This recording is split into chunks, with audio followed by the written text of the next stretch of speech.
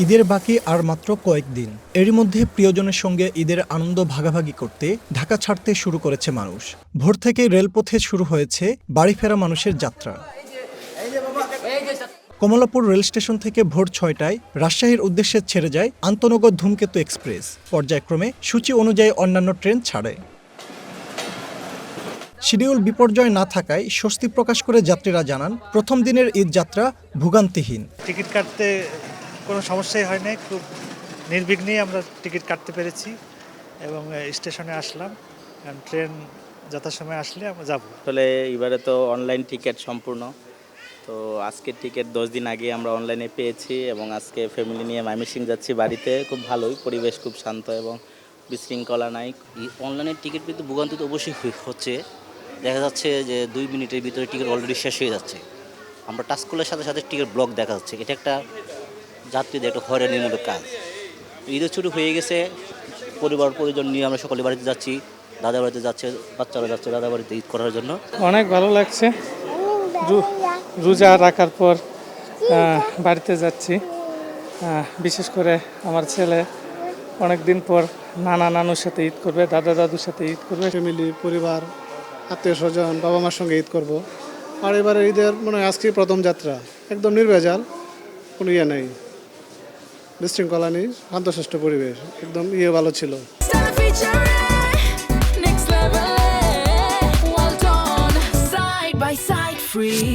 ঘরমুখো মানুষের ঈদযাত্রা খোঁজ খবর নিতে কমলাপুর স্টেশন পরিদর্শনে আসেন রেলমন্ত্রী শেখ রবিউল আলম। ছিলেন প্রতিমন্ত্রীও। পরে গণমাধ্যমকে জানান, ট্রেনে ছাদে ওঠা সব পথ বন্ধ করে দেওয়া হয়েছে। আমরা কোনো অবস্থাতে সেটা চাইছি না, নিবৃত্ত করছি, বাধা দিচ্ছি, প্রতিরোধ করছি।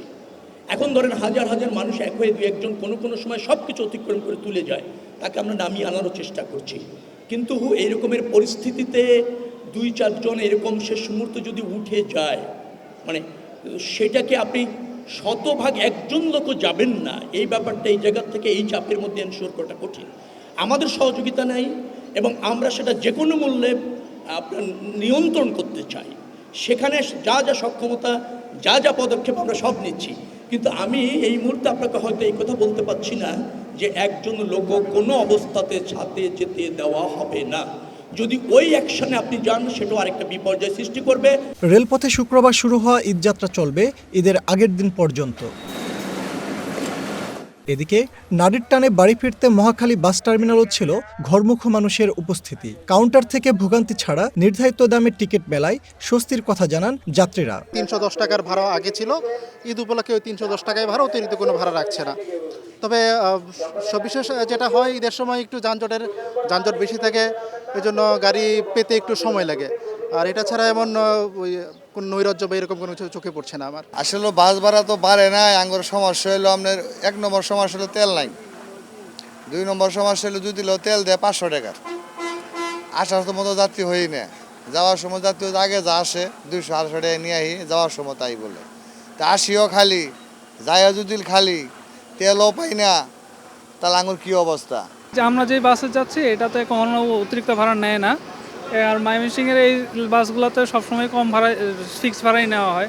এবছর আগের থেকে ভিড়টা একটু কম আছে, অন্য সময় আরও ভিড়টা বেশি থাকে। এবছর মনে হচ্ছে কম আছে, আশা করি তো দ্রুতই বাসায় পৌঁছাতে পারবো।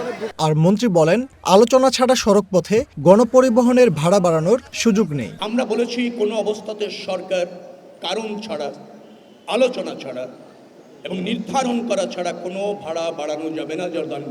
সরকারি বাড়ানো যাবে না। 15 তারিখ থেকে পর্যাপ্ত তেল পাবলিক পরিবহনে সরবরাহ করা হবে, আর তেলের দাম বাড়ানো হবে না, যার ফলে ভাড়া বাড়ছে না আর দুর্ভোগ হওয়ার সম্ভাবনা আমি দেখছি না। তেল সংক্রান্ত দুর্ভোগ আমি দেখছি না এই পর্যন্ত। ঈদযাত্রা নির্বিঘ্ন করতে সড়ক, রেল ও নৌপথে পর্যাপ্ত ব্যবস্থা নেওয়ার কথা জানান মন্ত্রী। ফজলে রাব্বি সৌরভ, ওয়ান নিউজ, ঢাকা।